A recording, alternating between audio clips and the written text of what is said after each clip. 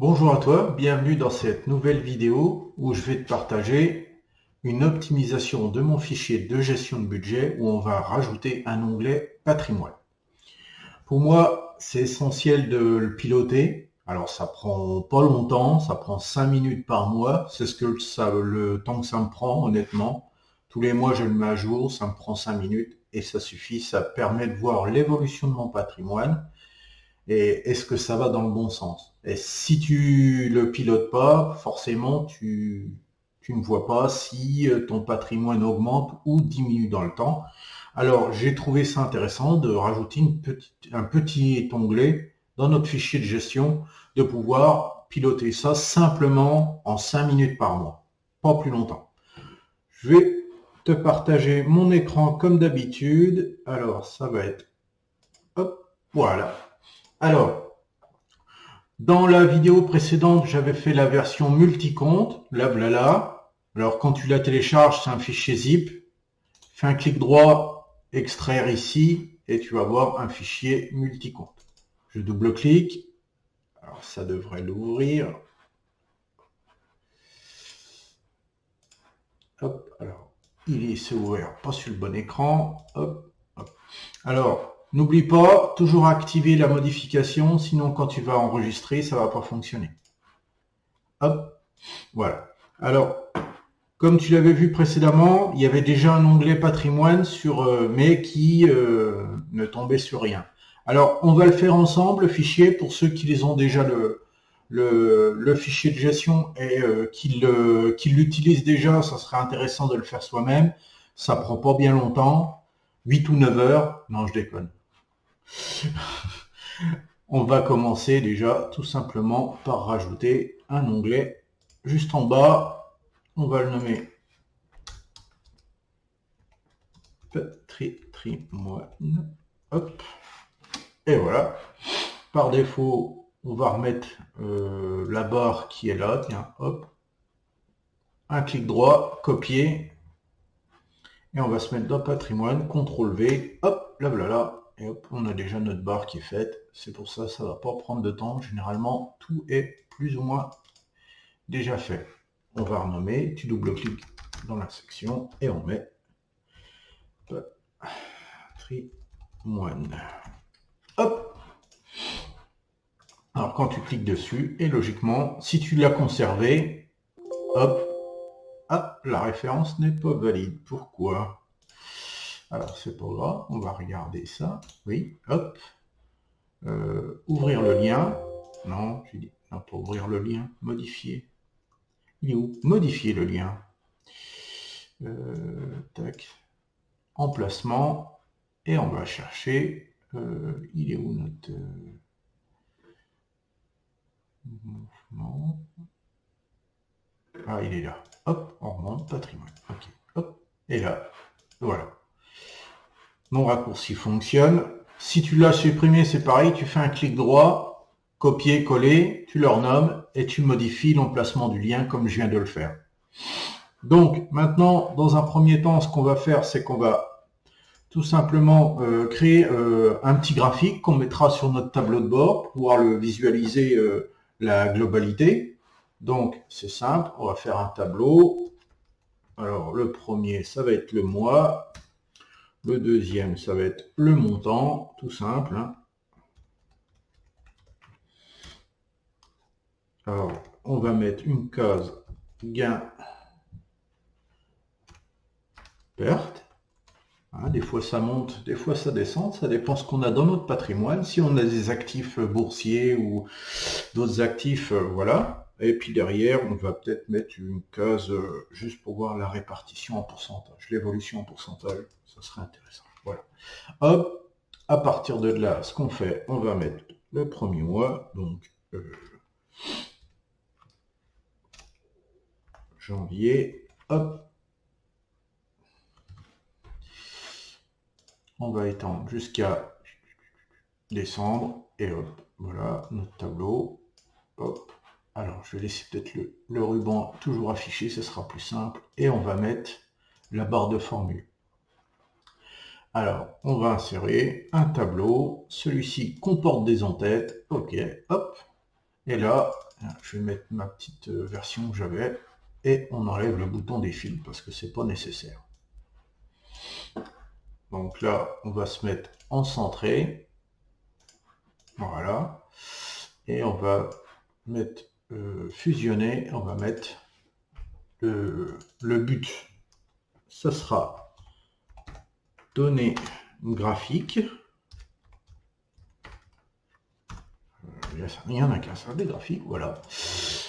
Voilà, ça va être notre tableau qui va répertorier les données qui vont nous servir pour le graphique. Alors attendez, je vais le repositionner, je sais pas, ici. Hop. On va voir un deuxième tableau et un troisième. Ça va être très rapide, c'est les types d'actifs. Comme tout, hein, dans du patrimoine, on a de l'actif et du passif. On a le détail. Alors tu peux nommer ça comme tu veux. Hein. Moi je mets ça parce que je l'avais déjà, j'ai déjà sur ma version à moi de gestion de compte, je l'avais nommé comme ça me va très bien. Et de la valeur. Donc voilà. Dedans, qu'est-ce qu'on va avoir? Alors, le premier, alors, tac, hop. Alors, ça va être immobilier.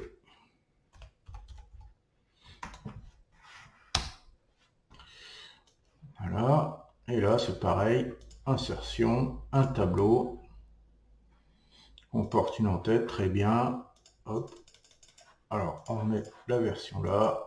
Qu'est-ce qu'on fait? On enlève le filtre. On va faire un CTRL-C, un CTRL-V, et là, ça ne sera pas des actifs, ça sera les passifs. Non, c'est ça, et là, ça sera type de... Je suis perdu. Passif. Alors, il y en a peut-être plusieurs, je devrais peut-être mettre un S en gros. Bon, voilà. Je suis pas doué en orthographe, tu m'en voudras pas, j'espère. Hop, et là, on va mettre, bah forcément, ça va être un emprunt. Tout autre crédit. Après, je te laisse le soin de mettre ce que tu penses être toi un passif. Généralement, ce qu'on met dans les passifs, ça va être généralement les emprunts liés à l'immobilier. Ou voilà, après, mettre les emprunts à la consommation, tu peux les mettre. Moi, personnellement, je les mettrais. Tous les crédits que j'ai, je les mettrais dans du passif parce que c'est de l'argent perdu. Et forcément, c'est de l'argent en moins que tu investis. Donc, par défaut, après, je te laisse le soin de piloter ton patrimoine comme tu le sens. On va mettre ça, c'est les passifs. Hop, hop. On va le raccourcir un peu. Hop, 18. Et on va faire ici. On va mettre à 18 aussi. On va fusionner. On va mettre actif. Voilà. Donc, attends, on va mettre un peu d'espace. Parce que pour que ça marche, il faut un peu d'espace. Et on va faire un petit tableau pour récapituler la valeur du patrimoine global. Donc ça va être ici, pareil, on peut commencer par là.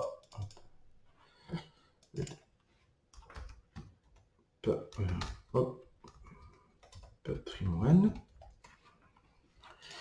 Ici, on va avoir le libellé.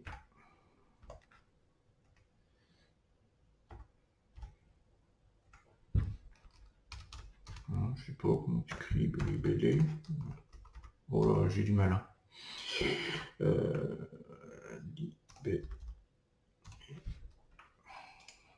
C'est pas comme ça, libellé. Oh là là. Ouais, j'ai inverti. D'accord. Voilà.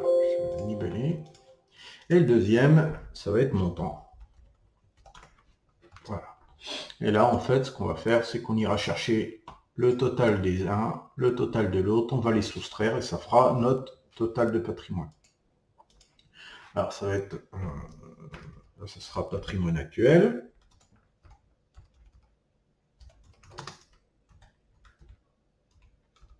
ici, actuel. Voilà. Et là, ça sera le montant.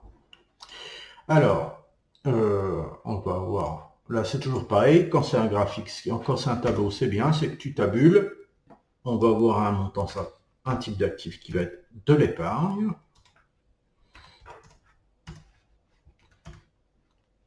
Encore de l'épargne.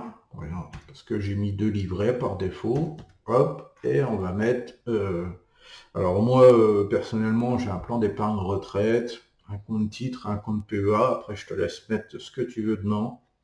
Alors, on va mettre PEA. Voilà. Donc, la première valeur, ça sera quoi? Alors, résidence principale.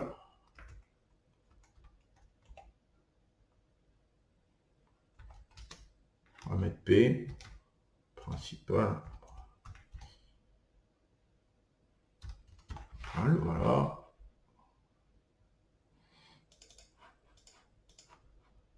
J'aurais peut-être dû mettre une majuscule au début. Voilà. Ici, on met livret A. Alors, livret développement durable.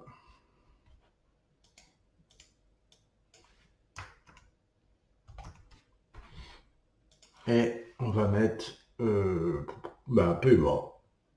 Bon, on aurait dû mettre bourse et PEA. CTRL-C, CTRL-V. Et là, on va mettre bourse. Bourse. Voilà. Alors, on va peut-être aller chercher, tout simplement pour éviter qu'on les remplisse, on va aller chercher les valeurs qui est dans notre tableau paramètres pour... Alors, je pense qu'on a déjà fait... Qu'est-ce qu'on avait fait? Un livret de développement durable. Donc, hop, ce qu'on va faire, c'est qu'on va aller chercher, on va faire égal, hop, et on va mettre le solde du livret de développement durable. Hop, on va en profiter pour ajouter un livret A. Hop, ça va être allez, crédit mutuel. Ça va être un livret A.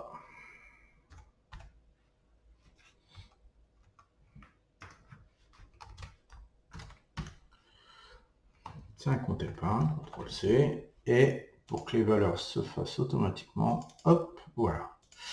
Donc, pour voir que ça fonctionne, on va mettre 1000 € sur chaque, hop, hop, voilà. Donc, on regarde dans notre patrimoine, on a nos 1000 €, alors on va peut-être mettre la cellule en comptabilité, ça fait un peu plus propre, et là, en fait, si tu l'as fait juste en dessous, ce que tu as juste à faire, c'est ça, tu étires la cellule vers le bas, et logiquement, la formule va se mettre à jour automatiquement. Tu n'as pas besoin d'aller chercher le second montant. Si je mets 2000, tu verras que, hop, c'est bien les 2000. Donc, les deux colonnes-là, non, c'est pas là, je me suis gouré d'une colonne, donc CTRL-C, CTRL-V, tu vois ce que ça fait quand tu fais un CTRL-C, CTRL-V, hop, CTRL-C, CTRL-V, alors tu supprimes, et ici, mais F6. Voilà. Donc les deux cellules-là, au fur et à mesure que tu enregistreras les variations sur ton compte, elles vont se mettre à jour, tu n'auras pas besoin de les mettre à jour. Et là, le reste, moi je le mets à la main, je ne fais pas un onglet sur chaque, ça serait trop lourd à piloter et trop compliqué. Donc pour moi, c'est plus simple de faire comme ça. Voilà. Donc on va dire une résidence principale qui vaut 150 000 €. Après, il y a des sites pour estimer votre bien. Je vous laisserai chercher. Il n'y a pas de souci. Vous faites, moi, ce que j'ai mis, c'est j'ai mis le minimum. Comme ça, je suis pas surpris et j'y retourne pas tous les mois aller voir la valeur du bien. Comme ça, j'ai pas de souci. On va dire, hop, pour ça, c'est bon. Emprunt détail, ça va être crédit IMO. Et la valeur qui nous reste, on va dire qu'il nous reste 50 000 € à payer. Alors, hop, hop, hop, un standard, c'est ça que je voulais faire. Hop, voilà. Donc, dans un premier temps, on a listé nos actifs, on a listé nos passifs. Après, si tu as plusieurs empreintes, on met plusieurs. Hein. Ici, on va faire une somme automatique. Tac, hop. Et ici, on va mettre PEA. On va dire qu'on a 5000 € sur notre PEA. On a que des comptes ronds, hein, c'est bien. Hein. Allez, hop, somme automatique. Alors, qu'est-ce qui se passe? Tac, tac, tac, tac. C'est parce qu'on voit pas. Voilà.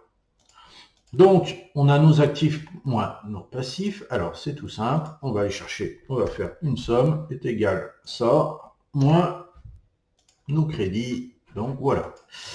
Notre patrimoine à l'heure actuelle, ça c'est toujours pas. On va le mettre en format tableau. Hop, hop, hop. Voilà. Et on va faire un petit tableau pour répartir, un petit graphique ici pour voir la répartition de notre patrimoine. Ça serait toujours intéressant. Alors, ça sera type d'actif et la valeur. Voilà, donc ici, et là, on va mettre, on va fusionner,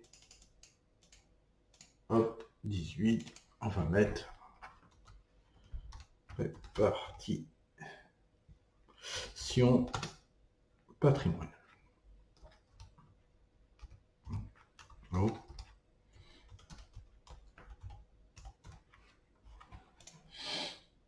On va étendre, hop, là. Alors, on va voir immobilier. Ah, j'ai sauté, bon, bah, au-dessus, ça sera bourse. Et en dessous, ça sera épargne.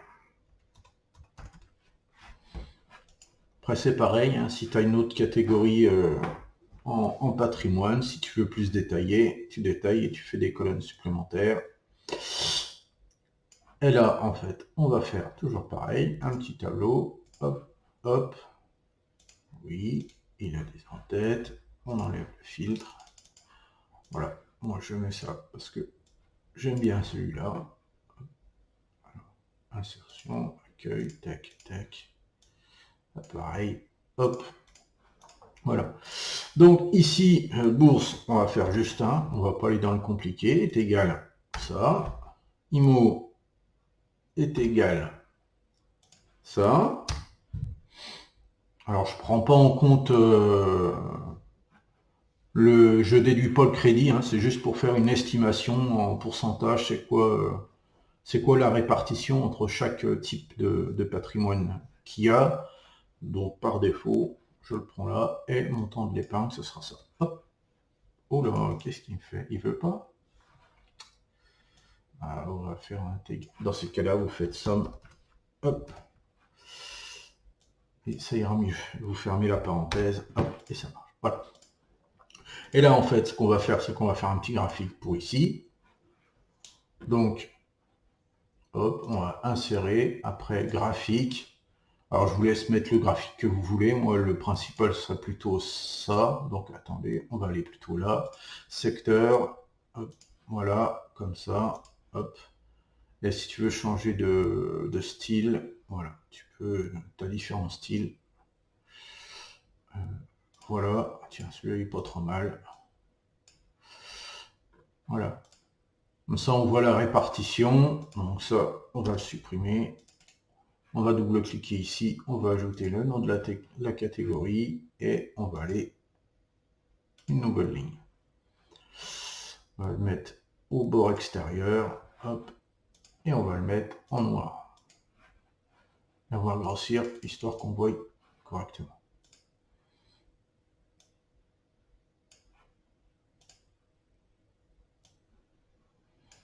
Voilà.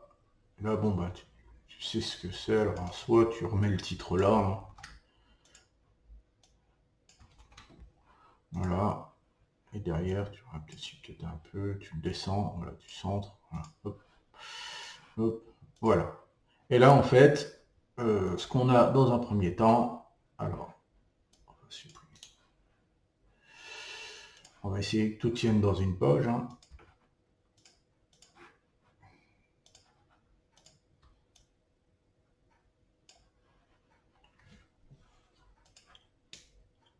Alors, qu'est-ce que... Hop. Et on va pouvoir peut-être agrandir le graphique là. Voilà. Qui fait que une fois que tu vas enlever le quadrillage, les en-têtes et la marge, là ce que ça devrait donner pour le pilotage de notre graphique. Alors là c'est simple, le premier mois, alors soit si tu fais ça tous les 15 du mois, tous les 30, moi je fais ça en fin de mois, ce que tu fais c'est le premier mois, tu remplis tout simplement le montant,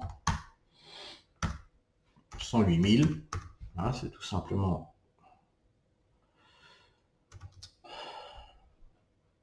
On va mettre, hop, ici, toujours pareil, accueil, on va mettre en format compatibilité, voilà, comptabilité, et on va ensuite, admettons, voilà, on a remboursé, je sais pas, 5 000 €, ou voilà, je sais pas, le mois qui suit, forcément, tu as remboursé une traite, ça tombe à 45 000. Ta bourse, bon, je sais pas, elle a augmenté, tu as 5 000, je sais pas, moi, 5 002. Et tu as mis... alors, je fais logiquement, dès que tu vas ajouter ton argent sur ton épargne dans tes comptes, ça va se mettre à jour ici. Pour la vidéo, je vais juste modifier comme ça. Hein. On va mettre 1100. Voilà, 1100. Voilà. Donc, ton nouveau, on va dire, on est fin février. Ton patrimoine actuel, il est maintenant de 113 300. Voilà, pas de virgule. Donc ici, alors, on va tout simplement faire une déduction. Hein. Ce qu'on va faire, c'est pour voir, ici tu mets rien, donc 0. S'en fout, c'est l'initialisation, 0. Donc ici, c'est tout simple, c'est 113 moins ça. Et tu vois le gain que tu auras fait sur le mois. Et derrière, pour le pourcentage, on va faire tout simplement, hop, égal le montant divisé par la somme qui est ici. Et ici, logiquement, on se met en pourcentage. Voilà. Donc, tu as augmenté ton capital de 5%. Alors après, je vais te mettre des données fictives pour pouvoir créer notre graphique qu'on va mettre sur le tableau de bord. Alors là, ça va être, je sais pas moi, 117 000. Et là, logiquement, si tu étends ta formule, voilà. On est bien d'accord, sauf que... Ouais, on est bien. Ok. Voilà. Et on va remettre, je sais pas, on va dire que tu as perdu de l'argent en bourse. Allez, on se met à 116 500. Voilà. Allez, hop, t'étends, voilà. Donc c'est 0 parce que, à mon avis, on doit être à 0,5. Alors si tu étends un peu la formule, 0,43. Bon. Le but n'est pas là, je mets juste comme ça. Et maintenant, ce qu'on va faire, c'est qu'on va se faire un petit widget ici. Alors, hop, hop, hop. Comme d'habitude, hein, sur l'autre vidéo, je t'avais montré comment réaliser un petit widget. Si tu veux faire celui du livret A, c'est toujours pareil. Copier, coller, tu modifies le libellé ici, livret A. Hop, voilà. Là, tu vas juste, hop, il est où notre... on va remettre, voilà, hop. Ici, tu mets un chiffre de plus, ça correspond au second. Voilà, ça se met à jour automatiquement. Ici, pareil, G6. Et ici, H6. Voilà, ton widget de ton livret A, il est créé. Et tu as juste à mettre ça, peut-être en forme parce que c'est un peu petit. Accueil. Voilà. Hop, tu as ton widget de ton livret A. Voilà, alors tu le mets où tu veux. Après, ça n'a pas d'importance. peux mettre celui en dessous, hein.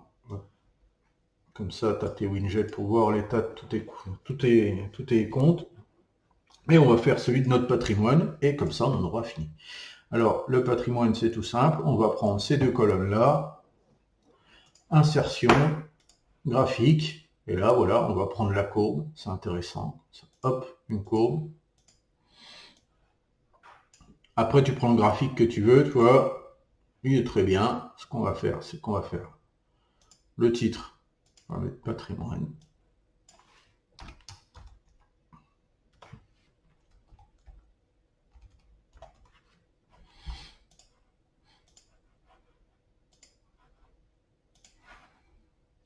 Accueil, on te fout ça en noir, hop, voilà. Et quand c'est comme ça, tu fais un CTRL-C et tu fais déplacer le graphique. Et dans patrimoine, tu le mets dans le tableau de bord. Hop, hop, il apparaît dans le tableau de bord. Alors on va zoomer histoire de hop, prendre un peu de place, pas longtemps. Alors si tu veux pas t'ennuyer, tu fais ça. Toujours pareil, copier, coller. Ce que tu fais, c'est tu vas supprimer tout ce qu'il y a dedans. Comme ça, il te restera le... Ça t'évite de faire toute la mise en forme. Voilà. Tu prends, hop, tu le mets derrière, tu cliques là-dessus et tu fais arrière-plan. Hop, et voilà. Là, t'étends. Et pour bien faire, ce que tu fais, c'est, hop, ici, ici, tu te mets dans mise en forme et tu fais grouper. Hop, comme ça refait un widget. Et tu peux remettre en zoom normal. Voilà. Après, je te laisse le fait de zoomer comme tu veux. Alors, c'est pareil, si tu veux faire une mise en forme, alors je sais pourquoi ça fait ça. Aucun remplissage. Voilà. Aucun remplissage. Si tu veux mettre ça en blanc, voilà, tu as la couleur blanc. Hop, voilà. Après, si tu veux, moi ce que j'aime bien, c'est de virer ça. Et ce que je fais généralement, c'est que je mets tout simplement les étiquettes de données au-dessus. Comme ça me permet de garder de la place. Le patrimoine, c'est pareil, tu peux l'augmenter. Ça, c'est pareil, tu les augmentes pour avoir une belle visibilité. Voilà, alors c'est peut-être pas besoin d'avoir les zéros derrière la virgule. Alors ce qu'on va faire, c'est qu'on va prendre la colonne, hop, hop, voilà. Et logiquement, hop, tu n'as plus les virgules, c'est très bien. Donc voilà, ton widget est réalisé. Après, comme je te le dis, hein, tu mets les graphiques que tu veux. Après, peut-être l'encadrement, bordure, aucun trait. Hop, voilà, tu n'as plus d'emploi. Voilà. Voilà, ça fait propre. Après, voilà ce que ça devrait donner. Une fois que tu as fini, tu te mets en mode plein écran. Tu enlèves l'affichage et hop, et voilà. Après, tu peux enlever les petites barres grises, hein, tu les sélectionnes, supprimer, et hop, ça s'en va. Donc après, tu auras juste à faire, c'est hop, au fur et à mesure, hein, voilà, tu remets, t'enregistres tout simplement tes données, tu les mets à jour, ici, hein, hop, et ce que tu vas voir, c'est hop, tu vas voir l'évolution de ton patrimoine au fur et à mesure des mois qui passent. Alors, au fur et à mesure, tu peux filtrer, hein. Alors, toutes tes données là, par exemple, si tu veux filtrer, tu fais un filtre et tu veux plus voir le mois de janvier, tu enlèves le mois de janvier, tu fais appliquer, hop, voilà ton graphique comme ça, tu as les 12 mois glissants de l'année et tu vois ton patrimoine évoluer ou baisser, ce qui te permet de dire si le patrimoine baisse, j'ai peut-être un petit souci, peut-être travailler sur ce sujet-là. Et voilà, après, tu arranges les widgets, comme je disais, tu arranges les widgets comme tu veux. Le but est, bon, voilà. Si tu veux faire un peu de décoration, de trucs comme ça, je te laisse trifouiller. Fais une sauvegarde avant, c'est toujours intéressant quand même. Hop, ouais, un peu. Voilà, hop, voilà. Hop. Voilà, voilà. Puis c'est peux la raccourcir aussi, tu vois, hop. Peut-être un peu mieux les voir, voilà. Et là, tu peux rezoomer, après, voilà. Comme je disais, hop, tu sélectionnes le bord extérieur, t'étends comme tu veux.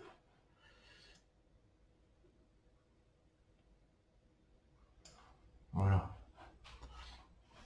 Donc après, si tu veux que tout rentre sur, voilà, sur l'écran,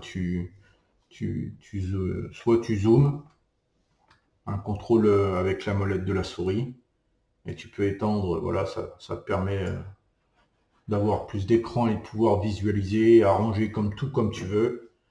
Le raccourci fonctionne.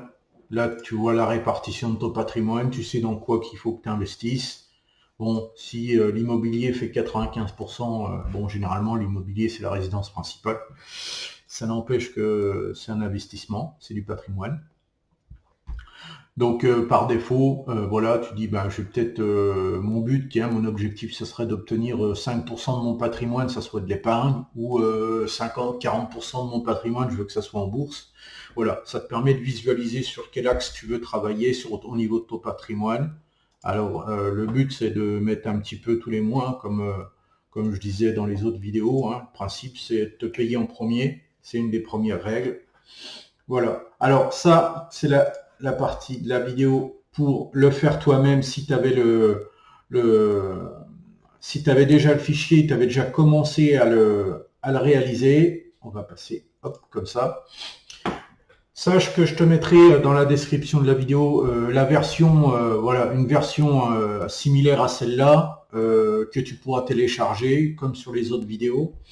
Pour ceux qui voient la première fois la vidéo et ils voudraient voir peut-être l'ensemble du fonctionnement du fichier, n'hésite pas à aller regarder dans les vidéos de la chaîne. J'ai fait une playlist sur les fichiers Excel. Tu prends le début jusqu'à la fin et tu pourras piloter toi-même tout l'ensemble de ta gestion financière qui va de tes comptes, de ton épargne et de ton patrimoine. Maintenant, je pense qu'il est complet, mais sache que je le mettrai régulièrement à jour, alors n'hésite pas à t'abonner, like la vidéo si elle t'a plu, si tu as appris des choses, ou ne like pas si t'aimes pas, n'hésite pas.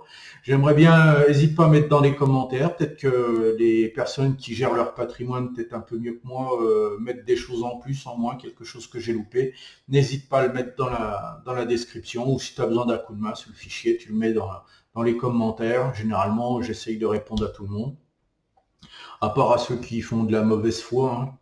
Mais voilà, le but c'est de partager ça. Si tu veux rejoindre mon groupe Facebook, rejoins mon groupe Facebook. Il y a 2 questions à répondre et là ça se fait en automatique. Tu seras le bienvenu pour partager tes bons plans sur ta gestion de budget ou ta gestion de patrimoine. N'hésite pas à publier, c'est ouvert, tout le monde peut publier. Donc n'hésite pas à nous rejoindre et faire qu'on fasse on va dire un bon nombre de personnes à pouvoir se partager tous les bons plans, afin que tout le monde puisse en profiter, surtout à l'époque où on vit, c'est important. Je pense que l'État n'est pas là pour nous aider, donc si on ne s'aide pas entre nous, je pense que ça sera malvenu. Enfin, pas malvenu, ça serait dommage, on va dire. Si on n'arrive pas à s'aider sur des petits trucs, des petits fichiers, des petits bons plans, voilà. N'hésite pas, le but du groupe Facebook est là, c'est qu'on puisse partager tous les bons plans. Tu retrouveras la vidéo dans un article parce que je publie des articles aussi là-dedans, dans le groupe Facebook. Et je te souhaite une bonne journée, un beau week-end si t'es le week-end, une bonne soirée si t'es le soir. Et j'espère te revoir dans une prochaine vidéo. Allez, à ciao, bye bye.